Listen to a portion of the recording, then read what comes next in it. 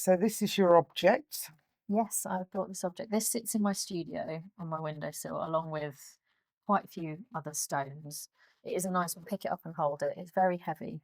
It is. It's a big piece of flint, which I picked up on a Norfolk beach years ago, Oh, nice. and it's stayed with me. And I love how you can see so many different organic textures that kind of hold images, and you can see faces or animals or galaxies and things in minerals and rocks and stones and pebbles and things, and this just the sacred element of it being a hag stone with the hole through and Yeah. that kind of stuff. So I do. Is that what they're called then when they hag have a hole? stones. Yeah, So is that from? it's good luck.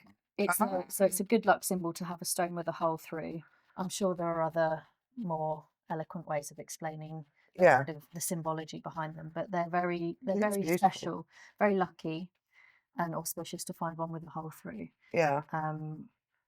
And a lot of what the kind of organic, intuitive shapes and forms that come up when I'm painting, especially with moving the paint around on the page, a lot of the time rock formations or crags or caves or mountains kind of come into it. So stones have a landscape language of their own type thing.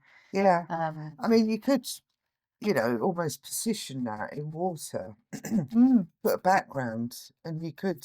Yeah, it's very elemental, isn't it? Like yeah. So it's that is. I don't know if it's stone. Yeah, rather nice.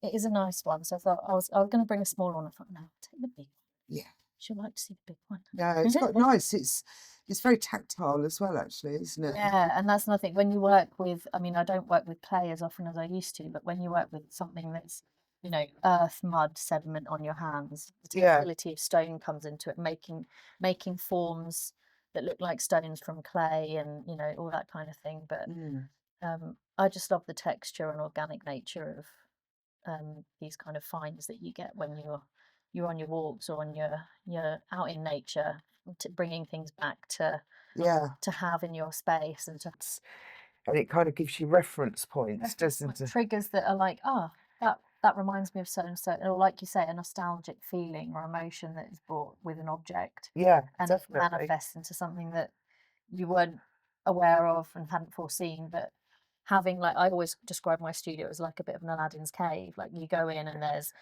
things stuck on the wall, a lot like yours. Everything's up on the walls. There's sketches. There's scrawls of writing. There's something to look at in every corner. And when you sit in that space and manifest your own creative energy, everything is threaded together.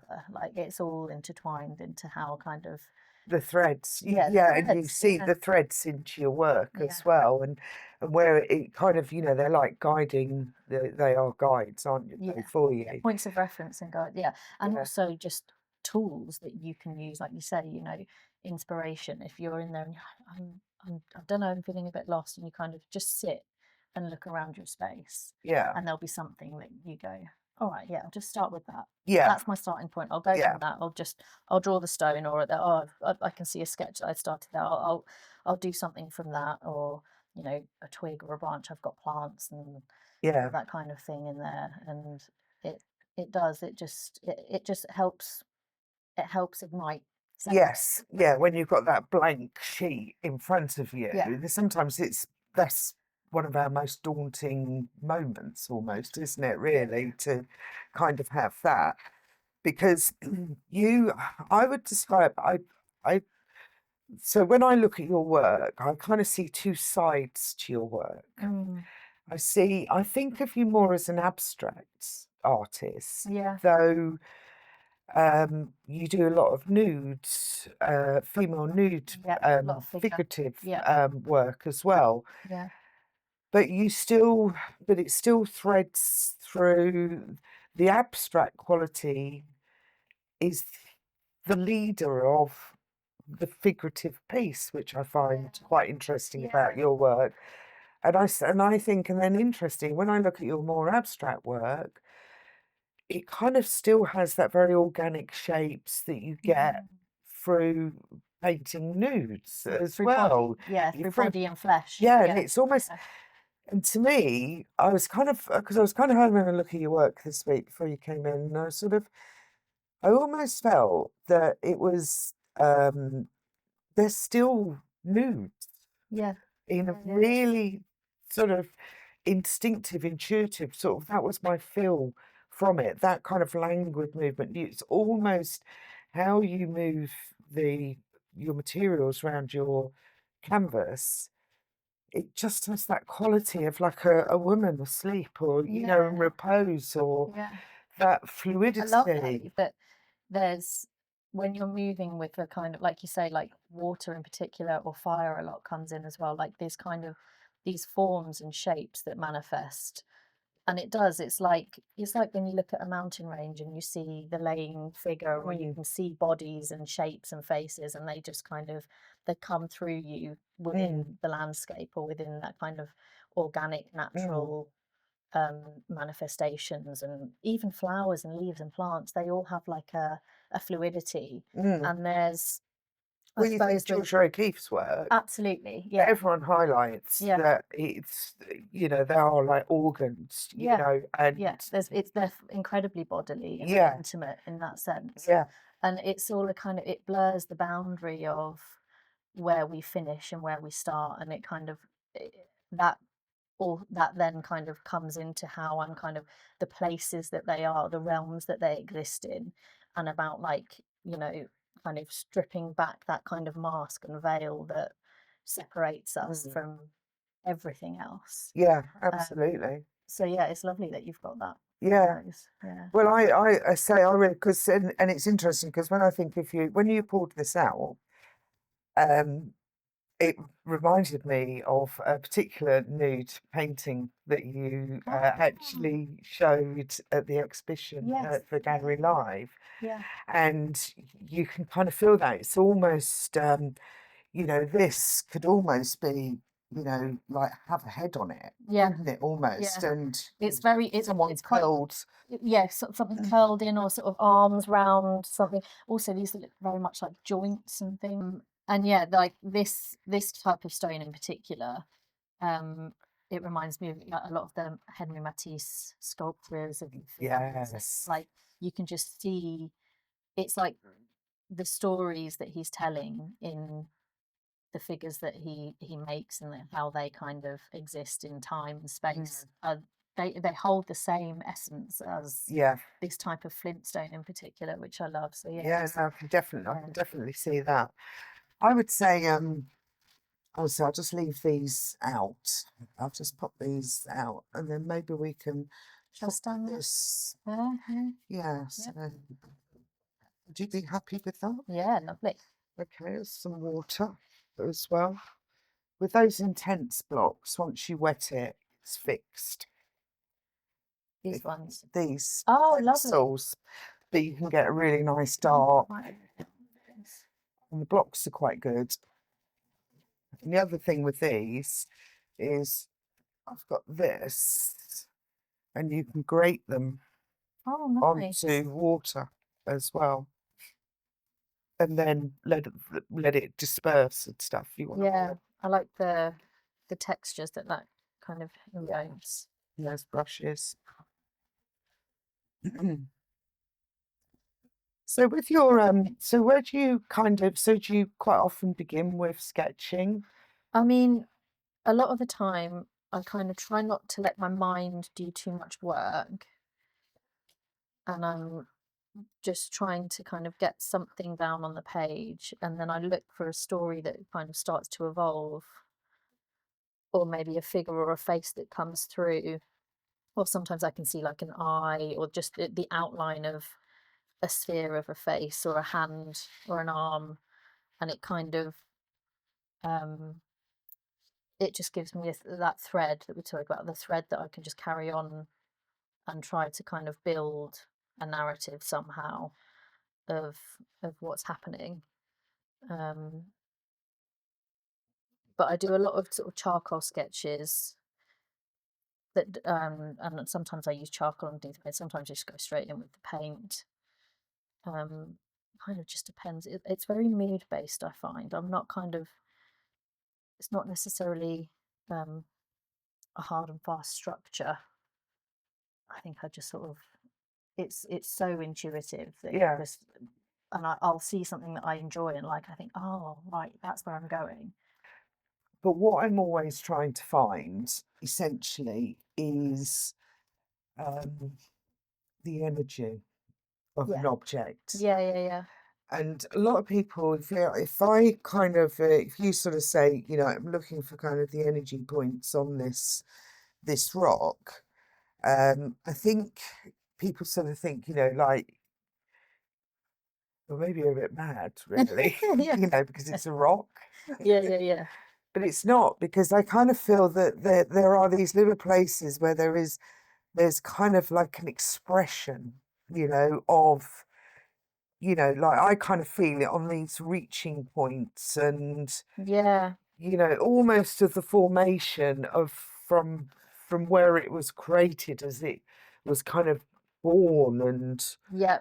you know, so because I'm assuming the majority of rocks come from some form of volcanic or pushing down, or Well, flint is definitely, I feel like, I mean, I might be wrong, but it's got a glass like, once it's, you know, this part of it, yeah, it's got a glass like kind of substrate to it. it's I don't made know. of I don't know whether sand. I don't know whether it's silica based or you, like you said, the volcanic. But yeah, it's fascinating. I mean, it's just, it's something that they hold so much.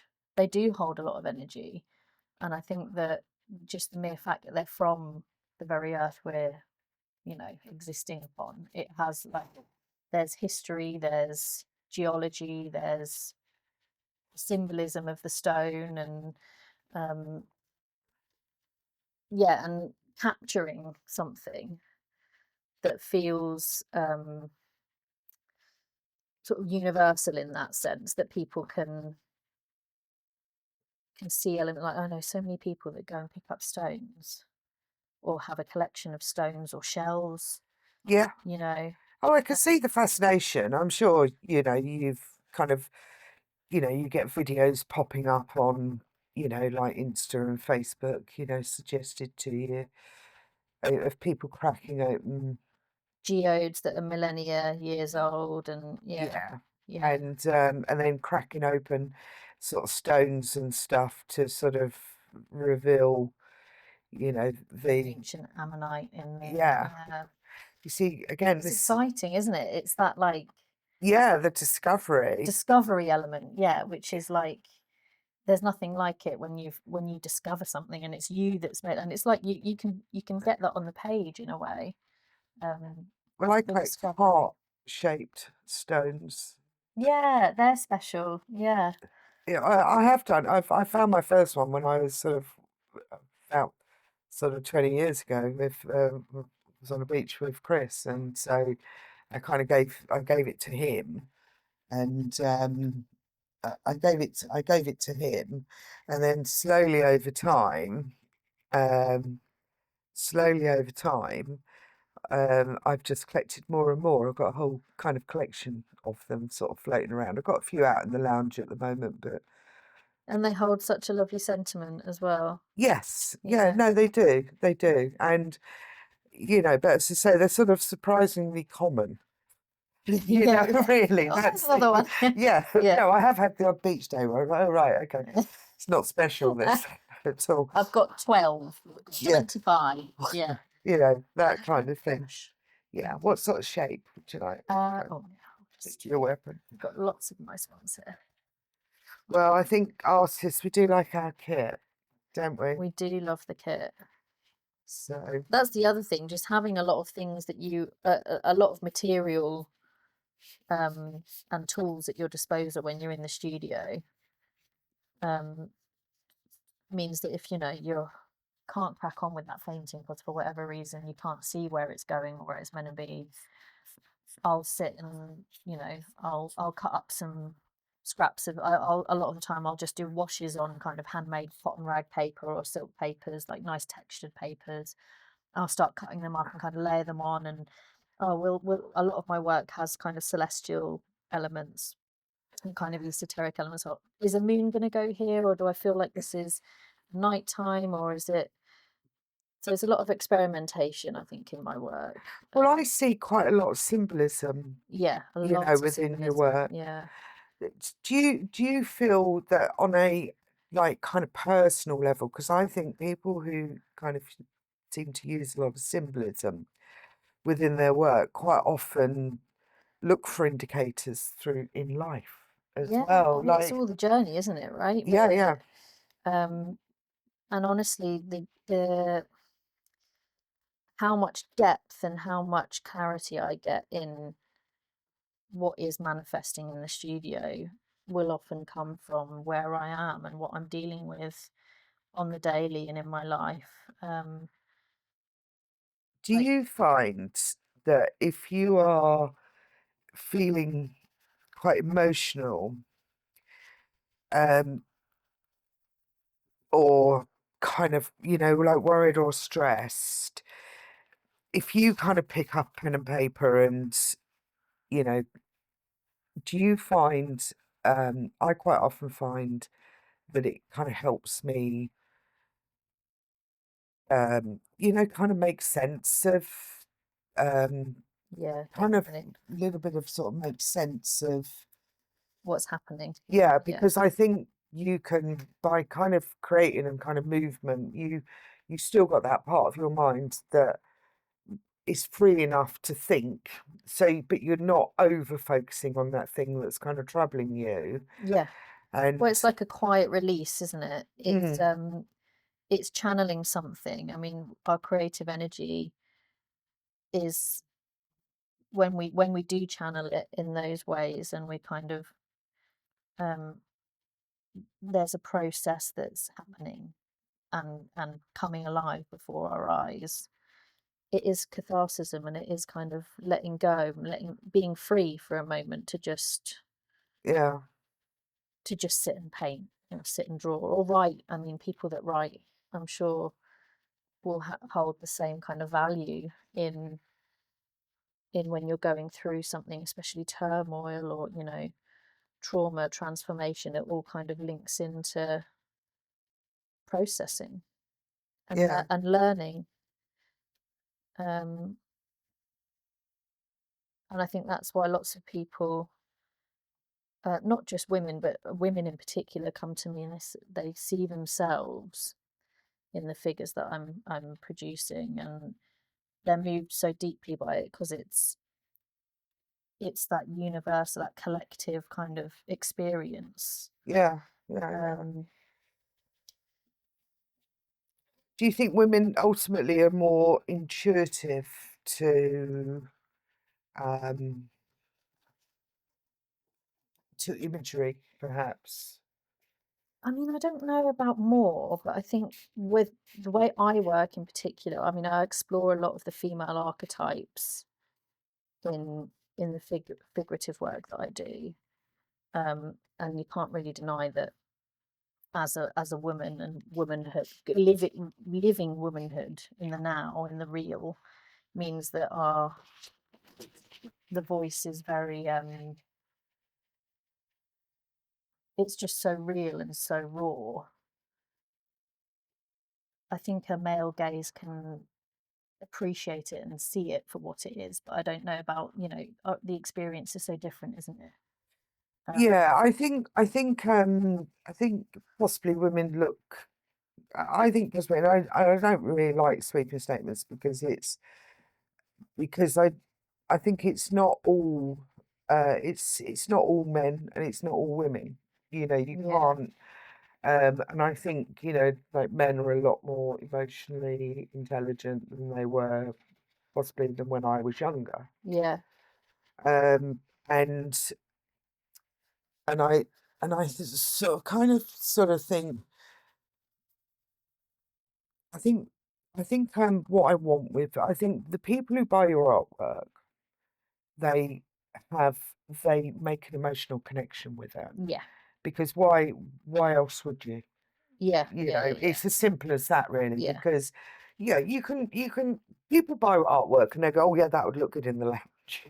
yeah, Right? yeah, Don't get me wrong, yeah, sure. right? There's absolutely the You know, market for that. Yeah, um, totally. but I think when when something you've done that, whatever that kind of feeling was, sort of kind of resonates with the viewer, I think if they make that emotional connection, and I believe when it comes down to abstract artwork in particular, is that they felt what you felt. What I was going to say, I just wanted to just go back to what you were kind of. I need to let mine dry. I'm making a bit of big sip. Yours is much nicer. I should have waited and followed. That's what I'm thinking. This is the idea, isn't it? You just have a play. It's all right. When if I get lost, I just chuck a bit of metal at it. Really, I got some metal pens. Metal markers. That's where you want to go. Yeah, that's what everyone wants. Really, for me, every day, if I could. Yeah. Just love a bit of metal. A bit of the shine. Yeah, definitely. I was going to say, I just wanted to sort of take you back to what we were talking about with your sort of kind of background of artwork and sort of discovering those moments when do you feel you always knew that was going to be your path from quite a young age? Yeah. I think my school, I mean, I was terrible at school in terms of being a bit of a tearaway, and attendance was low, and I was hard to tame and keep in one place, shall we say. Yeah. But my art was the only thing that kind of excited me in that sense, and it was something that I was always like, if you're young and you're good at something and people are telling you you're really good at this, don't lose what could be something that you could do. Yeah. And my mum being an obviously with what she was doing in terms of her own artwork and her own journey, like wanting to maintain engagement for me as school age was, put it into your art, find ways to channel what you can into your artwork, and don't do yourself an injustice by not getting somewhere where you can really do something with it, and really reach things and do the things that would be amazing for you. And I could totally see it. And my teachers would say the same thing. So it was always something from a young age. The thing that I was best at and the thing that I enjoyed, and therefore it just meant that I followed it through. Yeah. Because it could have gone a different way. I could have gone, actually, no. Oh no, I was Yeah. playing, and I had an older brother who was like so much brighter than me in terms of maths and Academic, yeah, or all of those brain things. smarts, yeah. And then there was me, I was sort of kind of good at art, and so it was always kind of assumed, that I would kind of end up in some direction, some sort of creative direction. I'm going to go literal here. I'm going to write the word sky. Nice. In some kind of kind of in that type of sort of direction. But what was the shocker really was that when I went and did my interview, or I got the prospectus perhaps for the art school I was going to, and you had to have like 3 O levels, or GCSE or CSEs as it was in those days, and I was thinking, oh right, it's I'm not. I was doing design and technology, and I was doing art, but I really.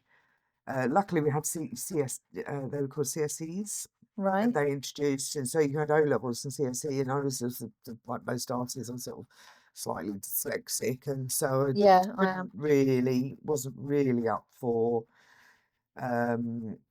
taking the O level. That wasn't good enough to do the O level, but I was really good at writing. So, I could write good stories and things. But your creative energy was there, yeah. Yeah, and that type of thing. And so, luckily, I had a brilliant English teacher. Yeah, they make such a difference, don't they? Fantastic. So Mr. Potter, that was. Oh. And he really got me into, I always enjoyed reading, but he really got me into, reading at that kind of age as well, which I think if you're creative, I think reading is actually reading imaginary stuff is really kind of quite important. But it's so engaging, and if you're excited about it and engaged with it, it's like, who knows where that's going to go. Yeah, Yeah, it's that journey. yeah, So anyway, I did manage to struggle through, and a little caveat to the story, which is quite amusing, this probably still bugs my brother, which is basically siblings, yeah, elder siblings. yeah. Still, with being my brother, is my parents offered us money for passes, right? Oh, And I got offered more my year because I think they thought I was needed gonna more do. of an incentive. And Yeah. I think they always like to be very fair. My parents and I actually managed to get 6. I just Oh, yeah, pushed through yeah, those last 2 years at school because a lot of it was coursework. And yeah, I did really well because I just kind of I just wanted it. Wanted to yeah, go to art school that much that and because I knew that was the thing I was good at, and yeah. so I just knuckled down. That's So lovely. so you went to university though? Yeah, so I applied to 2, from school. I mean, I Foundation? did a foundation at Central St Martin's, which I applied. Had my heart set on going to Northampton, Yeah. which is a great college. And I applied to Northampton and CSM, not thinking I would get into CSM in the slightest because no one got into London, and I was Yeah. like, well, I may as well try. And I got in, so I was like over the moon at that age. Yeah. And is Um, that 18 then? yeah, moved at 18 and did my foundation year at CSM. And then I took a year to go traveling and go and look at the real mountains and landscapes, and goodness knows where. I went around the world. And then I came back and applied to Goldsmiths and got in there. So that's where I studied for my BA. I did the fine art practice at Goldsmiths University. So I lived in South London just for a very, very long time. Was the kind of abstract side of your work more of the focus when you were studying, or? It was still kind of like these dreamlike landscapes, really. I was fascinated with this sort of sublime imagery, and I wanted to kind of open dialogue with this kind of traditional side of landscape painting, with the kind of myth and storytelling that goes with the history of painting and why we have, these grand, big, epic scenes of kind of apocalyptic, the fall of Rome, and like this Yeah. kind of the storytelling that goes with the religious side of it in the history always fascinated me. So yeah, I was looking at kind of, my dissertation was written on the kind of the idea of how an image of what would appear to be kind of a fracturing planet and world and landscape, and how the kind of beauty that we find in that, and the fascination we find in the kind of dystopian worlds that you can get in lots of large scale kind of epic awe-inspiring paintings, could open a discourse about things like climate change and the changing face of the planet and kind of glaciers. So I did lots of kind of melting glacials and ice flows and kind of pockets of just fractious for energies that are within the kind of gesture and movement of the landscapes, and like lots of flowing water and big kind of, I kind of did lots of kind of Mayan temple structures and things that seemed broken, but then you'd look closer and there would be sort of life forms in there existing. So there were very kind of abstracted landscapes, splintered and frayed kind Yeah. of worlds. And that's very much still there a lot of the time when I mean, I always paint the mountain. I'm always coming back to this idea of the mountain. And it's kind of, and over the years, I've learned as a symbol, it's like, it keeps coming up from like looking at it. What does it mean? Is it something I need to conquer? Where am I going with it? Do I need to Yeah. am I trying to get to a summit or a peak of something? Am I pushing a boundary between sky and earth? Like what's happening? So it's very elemental kind of thing. But yeah, the kind of abstraction was always there, sort of teetering on the real and what is tangible, Yeah. but is clearly fragmented in Yeah, some way. yeah. So looking with something's breaking and we don't know why or where Yeah. we're getting it from. Is it ours or is it somewhere else? Yeah, well, I mean, really, the arguments with a lot of the, you know, climate change stuff is it, um, what percentage is it people and what percentage is it a natural phenomenon? Because the temperature has gone up and down, and you know, over time, we know that through ice ages, and though, you know, so is it a natural phenomenon, or is it, you know, and I mean, don't get me wrong, I sort of think, you know, people, you know, it's like I look at the earth as a kind of like eyeball, and we're irritating it. Yeah. You know, Yeah. it's just, We are slightly blighting what is, this wonderful natural. Yeah, it's a fascinating discussion. yeah, I mean, and worrying a lot of the time. Right, this is the other thing. It's dramatic. But I was always drawn to this kind of like I love painting like sheer destruction and like it's like cataclysmic. Something's happened and it's just like there's like very heavy darkness and a lot of movement and kind of tension. And like I used to paint a lot like that. And I think maybe as the years have gone over, I've kind of like that's developed into something maybe slightly more subtle that's happening in these pockets of where I'm at now. But it's very much coupled with this creation. So it's that constant cycle of creation, destruction, moving in that journey. But yeah, honestly, like I think my practice is, as you said before, like, does it change with your emotion and your mood and like where you are as a person and on your own journey and path and kind of what you're dealing with, what you're looking at, where you're at in terms of your transformations, that pockets of transformation that happen as you grow and as you like imbibe what's around you and as you're with certain people or if you lose certain people and it's sort of and also, you know, going back to sort of having children, because you haven't got to just think about your future and what that means. You look beyond that and you wonder what your children's future holds as well. And, you know, and I think we'd all agree at the moment, the world's pretty shitty, sort of festering on many levels. Yeah, there's place. It's got so much hatred and, you know, and it kind of worries, you know, it kind of, you know, it troubles me really with, you know, what kind of future has my son got? You know, he's coming up what's it going to look like?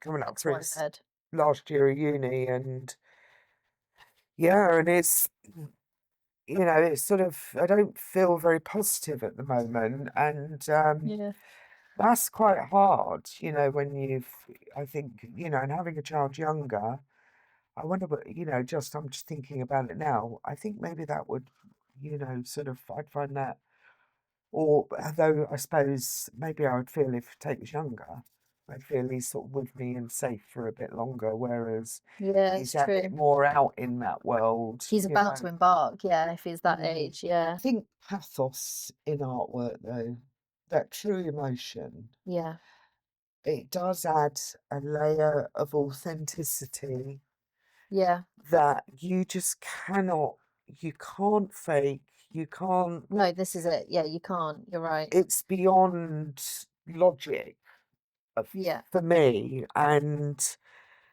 you know, and I think it's always the most exciting. You know, it's always the most exciting element of artwork for me. And it's not something, you know, the kind of real, you know, I've gone quite literal, really, whereas yours has kind of expanded a lot more. and it's interesting because I think I use quite a lot of symbolism in my work, but I think it's more commercial symbolism. And does that make sense? Yeah. Well, it's accessible. It's very accessible. Yeah. And so I think, but I still look for a very authentic kind of feeling from the artwork that I'm doing, and and I try and add that. I think authenticity is a good word, isn't it? It feels like you're having an honest conversation with somebody when they look at it. It's like, I can see that, this is true. This is true. There's nothing kind of conceded or like it's trying to be something. No, it's just it is just the extension that is my creativity, and that's what you're getting. And yeah, I think I would definitely agree. Do you find you have conversations where you have to explain your artwork? I find talking about it a lot of people just say, so what kind of art do you do? Or what sort of artist are you? And I find that question hard because it's like my practice is such an extension of myself that I'm like, well, at the moment, I'm looking at, archetypes and kind of the elements and what they mean and the kind of the metaphor that it holds and how that links with where I'm at in terms of what's being channeled and what's being vesseled into something. But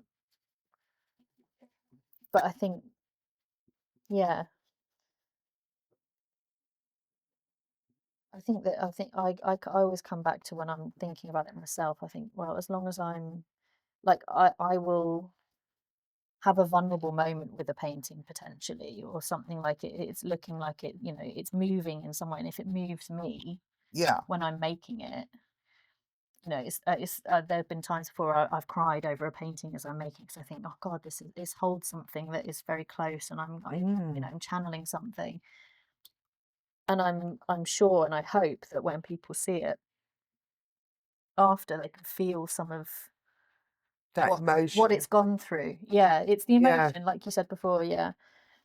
No, I think if you, as I say, I know for myself on those days, when I'm doing a certain kind of, painting, and and I sort of sit back and, and I'm looking and I'm feeling and I'm waiting for the direction and things like that, I can crack on with the kind of technical side of things.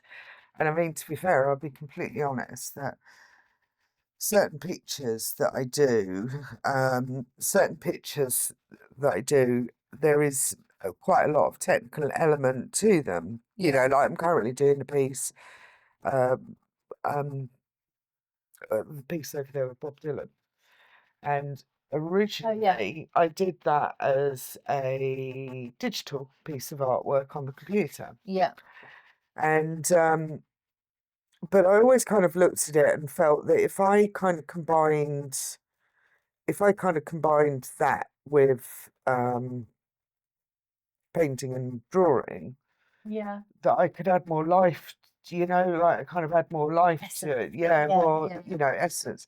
But because of how I'm kind of doing it with these sort of blocks of really dark thingy, it's more an exercise. It's more like doing a marathon, because technically there's quite a lot of work, the hours involved, in doing the pencil element. Where the emotional side comes in is I've already done that with the painting, and then I'll layer the painting. I kind of do then pencil and then lay a bit more paint onto it, and then they're very methodical. And so what I do is I binge watch Netflix shows in the background while I'm doing a bit of technical work.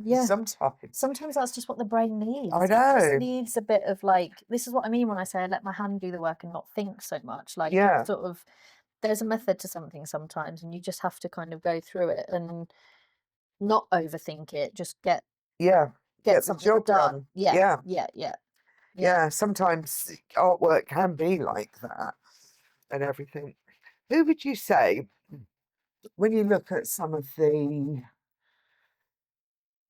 the early kind of abstract artists, which I would say started, I mean, you've always got some form of abstract quality to work when you go back further in time. But I think when it became a kind of much more conscious thing, to me, that was more really 20th century. I would have, as a presentation, as a considered art form, Yeah. I would As like a say, concept, this is the concept, yeah, is the abstract. Yeah. yeah, the abstract nature. Yeah. So have you got sort of particular artists that you like, No. that maybe inspired you? In terms of the abstract, I think I've always been drawn to more of the kind of, I mean, it is abstraction in a way because it's everything that abstracts reality is that that lens. So the kind of Dali-esque.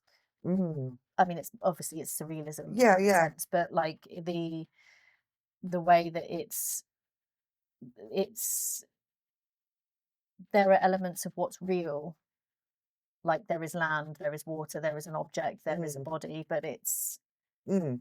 again, it's the blurring of the boundary in that Yeah. sense. So like, Well, I think in terms of it's basically taking something that's real. I think with Dali, he took real things and then said, forget everything you know about this object because this is where it's at. Yeah, yeah, this is how I see it. yeah. And I think because I mean Dali, what a technically proficient person. Have you been to his museum? No. The drawing. I mean, you must Yeah, go at some point. I've seen his work in real, but I've not Yeah. been to the Dali Museum. I mean, obviously there's the big wonderful, but these tiny little like A5 pencil drawings of just kind of bodies and animals and beasts and sort of strange hybrids of such and that kind of thing. Like they're just incredible. Yeah, I don't really, I'm not so au fait with historical abstract artists. Well, I would say you've got people like Rothko. Yeah. I mean, I've got to be. I love Rothko's work. Because but that's if you're seeing the real Rothko. Yeah, and the emotion that it He's one holds. of the most faked, isn't he? I believe of the Oh, I don't know, but yeah, I would imagine so. I suppose people go, I can do that. We'll make that. We'll make something like that and make them in. Pollock. I suppose obviously he's that was kind of abstract, really, but around maybe you call it random. Yeah. Perhaps you know but I would say probably Rothko is probably one of the first artists I was kind of aware of in that kind of where you had to go beyond. You really had to just stop with everything you'd sort of considered about what you understood about artwork, and then kind of look at it on a higher level. When you're looking for an emotional reaction, you're looking for an inclination, a kind of how he places the colours, the balance, Connection there. yeah, all of those all of those kind of elements, and yeah, so but as I say, you talked about Matisse earlier, and there was a kind of real abstraction too, but it was almost like a deconstruction, actually, when you say, yeah, collages as well, like just looking at pure form and shape and layering of that, and just how your mind works when it's all kind of building. Yeah, there's something really like, it's just very magical when it all comes together like that, isn't it? Yeah, no, it is. I mean, his work is beautiful. It's almost like, like if you could picture music as a shape, and to me, that's kind of the quality that his work has and everything. So, yeah, but no, I can see why. I can definitely see how there is a connection with your work. Especially with the kind of the geometry of a figure. I think when you're when you're just sort of sketching and it's sort of loose and feel like it's so easy to draw. Like you look at kind of the Modigliani carriotype type shapes and figures, and it's just like oval shape here, nice curve here, curve in the breast, and then the like the nice little tick that comes under the chin. Like it just all fits so perfectly and so simply, but it's like feels so complex, but it's the form is probably go back to your roots, you know, back to your childhood almost, really, in those, you think how children draw, and they, you know, all the limbs, you know, they're all my sons, you know, because they're not looking at it as a whole and everything, so. Or overthinking. Yeah, that's great. That's really beautiful. That's no, it's been placed in a sort of busy, bustling sunset sky landscape, so it's living a world of its own. It almost looks like it lives in the valley. Yeah, it is a valley, isn't it? Yeah, it's funny. I put mine into a landscape as well because it's its natural kind of. It's quite a monumental stone, you see, to keep and to. That's dedication to bringing a stone from the beach, because you know, with all your other kit you're going to have on the beach with you. My clients will go to the beach. Yeah, that's gonna. The suspensions like this. Yeah, no, I can imagine. And I felt it needed kind of, you know, it needed to be placed somewhere. I love all the words in the sky.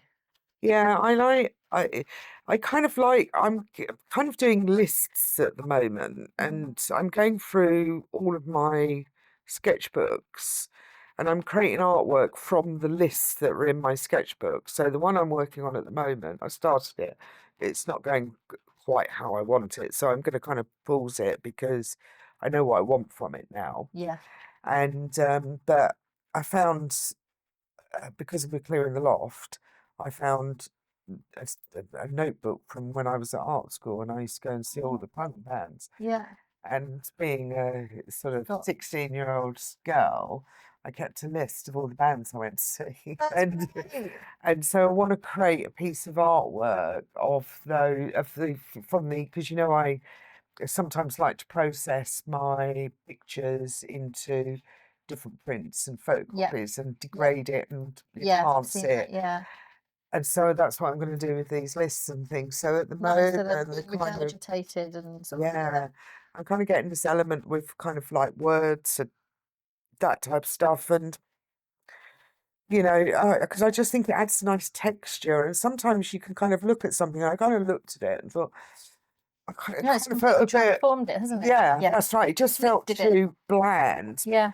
But I felt it needed to be placed into a landscape as a monument almost, you know. And I think, strangely, you've done the same thing. Yeah. And but I've gone kind of more simplistic because I also think yours is like it's that and the words. It's like there's nothing. Mine is like being brought back into the nature's trying to take this one back, whereas this is like looks like you've got a flat ground. Yeah, I'm here. I want to present. Yeah. Monolith. This is like ancient decayed monolith. This is like dimensioning into something sort of newer, different. Who knows? Yeah, who knows? You know, that's the thing. It's both the future, though. I feel it's. We'll just turn that around the right way around. Right. Well, I'll tell you what. It's been great having you in today. Oh, thank you so we'll much. Get you back when the cameras are working properly. Yeah, we'll do well, we won't do a rerun. We'll do more. We'll do an extension. Yeah. It's been lovely. No, with some artists, I do want to bring people back in afterwards, but we'll kind of do something different to bring an object. So there will be other elements. I love that. And I think understanding. I think people get abstract so wrong.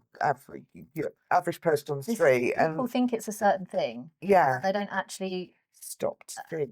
Or just look further at what it actually means, what abstraction actually means. Yeah, because people look at abstraction and they go, "Oh, it's just a load of stuff." Yeah, I don't get it. I don't understand it. And it's the idea of it, the concept of it, is where you get that magical thing that happens and you go, wait a sec, and that's what, you know, But interestingly, I think almost it's a metaphor. It could be like a metaphor for life, you know, with that, where I think the things that you have to push through for are often things that actually you learn the most from, Yeah, yeah, yeah. and then eventually take the most And that's from. where it all goes. Like working as a creative, as an artist, it is all the extension of life. There is just, we are living beings moving, our hands are making these things. Like it's full circle moments that are Yeah, happening on the regs. yeah, definitely.